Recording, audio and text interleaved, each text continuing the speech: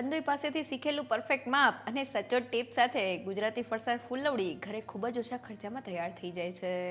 તો આ ટ્રીક સાથે ફૂલવડી બહારથી ક્રિસ્પી અને ખાવામાં સોફ્ટ અને એકદમ ફરસી તૈયાર થાય છે.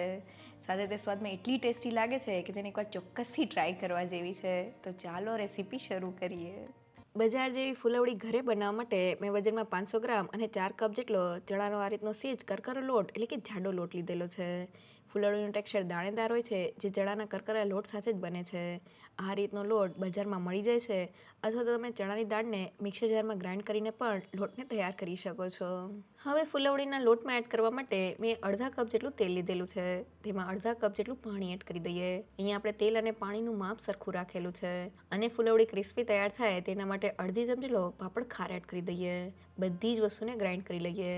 તો તેલ અને પાણી ગ્રાઇન્ડ થઈને આ રીતનું વ્હાઈટ મિક્સર તૈયાર થઈ ગયું છે. તો ફૂલવડીને ખાવામાં સોફ્ટ અને ફરસી તૈયાર કરવા માટે આપણે તેલ અને પાણીને ગ્રાઇન્ડ કરીને એક વ્હાઈટ મિક્સર તૈયાર કરેલું છે. આ વ્હાઈટ મિક્સરને લીધે જ ફૂલવડી એકદમ ફરસી તૈયાર થશે. સાથે આપણે તેમાં થોડો પાપડ ખાર એડ કરેલો છે. પાપડ ખારને લીધે ફૂલવડી ખાવામાં ક્રિસ્પી તૈયાર થાય છે.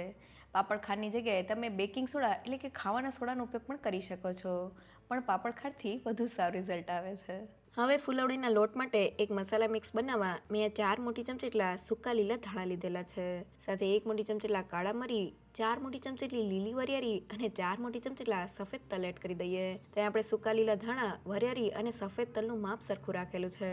બધી જ વસ્તુને ગ્રાઇન્ડ કરી લઈએ અને મિક્સરને આ રીતના રિવર્સ બાજુ એટલે કે પલ્સ ઉપર ચાલુ બંધ કરતા જઈને તેને ગ્રાઇન્ડ કરી લઈએ. ઢાંકણ ખોલીને જોઈએ તો મસાલા આ રીતના અધકચરા ક્રશ થઈ ગયા છે, જે ફૂલવડીના લોટ માટે એકદમ પરફેક્ટ છે. અને હવે લોટ બાંધવા માટે તૈયાર કરેલા વ્હાઈટ મિક્સરને મિક્સિંગ બાઉલમાં એડ કરી દઈએ. સાથે વાટેલો અધકચરો મસાલો, સ્વાદ પ્રમાણે મીઠું, અડધી ચમચી હિંગ અને મેં 6 મોટી ચમચી જેટલું કાશ્મીરી લાલ મરચું પાવડર લીધેલું છે, જેને લીધે ફૂલવડીમાં તીખાશ અને કલર એડ થશે. સાથે મેં અહીંયા 3/4 કપ એટલે કે અડધા કપથી થોડી વધારે ખાંડ લીધેલી છે. સાથે ખટાશ માટે અડધી ચમચી જેટલા લીંબુના ફૂલ અને અડધા કપ જેટલું દહીં એડ કરી દઈએ અને બધા જ મસાલાને મિક્સ કરી લઈએ. તો ફૂલવડી સ્વાદમાં થોડી તીખી, મીઠી અને એકદમ ચટપટી હોય છે. બજારમાં મળતી ફૂલવડીમાં ખટાશ તરીકે લીંબુના ફૂલનો જ ઉપયોગ કરવામાં આવે છે. આ સિવાય મસાલામાં લાલ મરચાં પાવડરનું પ્રમાણ અને ખાંડનું પ્રમાણ આપણે થોડું ચડિયાતું રાખવાનું છે, જેથી ફૂલવડી એકદમ બજાર જેવી તૈયાર થાય. તો બધી વસ્તુ મિક્સ થઈને આપણું મસાલા મિક્સ તૈયાર થઈ ગયું છે. અને હવે જે આપણે ચણાનો લોટ લીધેલો હતો તેને મેં વાટકીમાં ભરી લીધેલો છે. વાટકીના માપથી 4 વાટકી અને 500 ગ્રામ જેટલો ચણાનો કરકરો લોટ મસાલામાં એડ કરી દઈએ. બધી જ વસ્તુને મિક્સ કરીને ફૂલવડી માટેનો લોટ બાંધી લઈએ. તો તમે જોઈ શકો છો કે મસાલા મિક્સમાં જ આપણો લોટ એકદમ સારી રીતે બંધાઈ ગયો છે. હવે તેને ઢાંકીને 30 મિનિટ માટેનો રેસ્ટ આપી દઈએ. લોટને રેસ્ટ આપવાથી તે એકદમ સારી રીતે મસાલાને એબ્ઝોર્બ કરીને ફૂલી જાય છે. તો 30 મિનિટ થઈ ગઈ છે અને લોટ એકદમ સારી રીતે સેટ થઈ ગયો છે. બધું જ પાણી લોટમાં એબ્ઝોર્બ થવાને લીધે લોટ થોડો કઠણ થઈ ગયો છે. તો હવે તેને 2 ભાગમાં ડિવાઈડ કરી લઈએ. હવે એક ભાગમાં બસ થોડું પાણી એડ કરીને લોટને એકદમ સારી રીતે મસળી લઈએ. તો ફૂલવડી બનાવતી વખતે આ પ્રોસેસ સૌથી ઇમ્પોર્ટન્ટ છે. લોટને મસળવાથી જ તેનો કલર પહેલાં કરતાં બદલાઈ જશે અને જેનાથી ફૂલવડી ખાવામાં સોફ્ટ અને ફરસી તૈયાર થશે. અહીંયા આપણે વધુ પડતું પાણી એડ કરીને લોટને ઢીલો નથી કરવાનો. તો લોટને મસળતા લગભગ 2 થી 3 મિનિટ જેવું થઈ ગયું છે અને તે એકદમ સારી રીતે મસળાઈ ગયો છે. તો ચમચીની મદદથી લોટને ભેગો કરી લઈએ. તો બાજુના લોટ સાથે કમ્પેર કરીને તમને બતાવું તો લોટનો કલર પહેલાં કરતાં બદલાઈ ગયો છે અને તે થોડો સોફ્ટ થઈ ગયો છે, જે ફૂલવડી માટે એકદમ પરફેક્ટ છે. હવે ફૂલવડીને તૈયાર કરવા માટે મેં તેલને ગરમ કરી લીધેલું છે. જારા વગર ફૂલવડીને તૈયાર કરવા માટે મેં લોટને કોથળીમાં ભરી લીધેલો છે અને નીચેની બાજુએ એક ઘાણું કરી લીધેલું છે. હવે ઉપરથી લોટને પ્રેસ કરતા જઈને ફૂલવડીને ગરમ તેલમાં પાડી લઈએ. તો ફૂલવડી તેલમાં એડ થઈ જાય એટલે શરૂઆતમાં આપણે તેને પલટાની ઉતાળ નથી કરવાની. થોડી વાર પછી ફૂલવડી તળાઈ જાય એટલે તેને હળવે હાથે ફેરવતા જઈને ધીમા ગેસ પર તળી લઈએ. તો ફૂલવડી થોડી જાડી એટલે કે થિકનેસવાળી હોય છે. તેને તળતી વખતે આપણે ગેસની ફ્લેમ ધીમી રાખવાની છે. જો આપણે તેને હાઈ ગેસની ફ્લેમ પર તળશું તો તે અંદરથી કાચી રહી જશે. તો ફૂલવડીની એક બેચને તળતા લગભગ 8 થી 9 મિનિટનો સમય થઈ ગયો છે અને તમે જોઈ શકો છો કે તે ઉપરથી એકદમ સારી રીતે તળાઈને ગોલ્ડન બ્રાઉન થઈ ગઈ છે.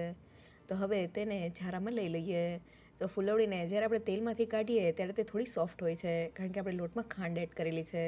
થોડી વાર પછી તે એકદમ ક્રિસ્પી થઈ જશે.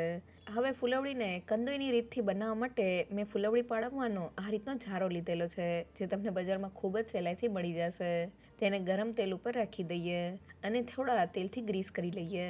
જેથી લોટ તેની ઉપર ચોટે નહીં. હવે ફૂલવડીના લોટને ઝારા ઉપર રાખી દઈએ અને હથેળીના આ ભાગથી લોટને પ્રેસ કરતા જઈને ફૂલવડીને પાડી લઈએ. તો ફૂલવડીને પાડતી વખતે આપણે લોટને ઝારા ઉપર નથી ઘસવાનો, બસ આ રીતના થોડો પ્રેસ કરતો જવાનો છે, જેથી ફૂલવડી એકદમ સારી રીતે તેલમાં એડ થઈ જાય. તો મેં ઝારાની મદદથી ફૂલવડીને ગરમ તેલમાં પાડી લીધેલી છે. શરૂઆતમાં આપણે તેને પલટાની ઉતાર નથી કરવાની.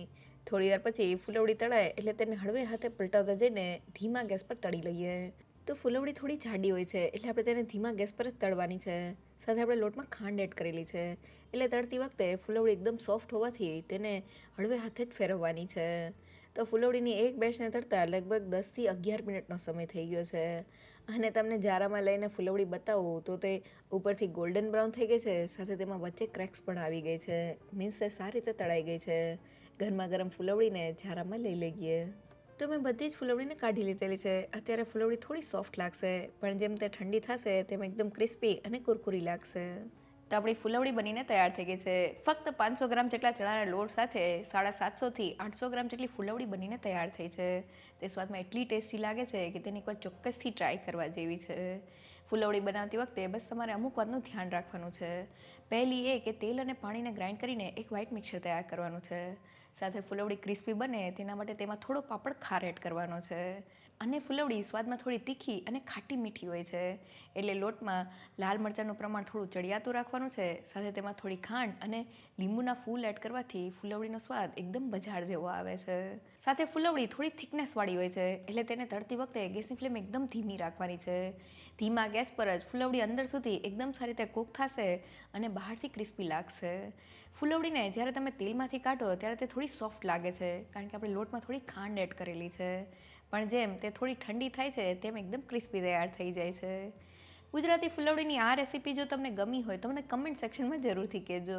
સાથે મારા વિડીયોને લાઇક અને ફ્રેન્ડ્સ અને ફેમિલીમાં શેર કરજો અને મારી ચેનલને સબસ્ક્રાઈબ કરવાનું ના ભૂલશો. તો ફરી મળીએ એક નવી રેસીપી સાથે.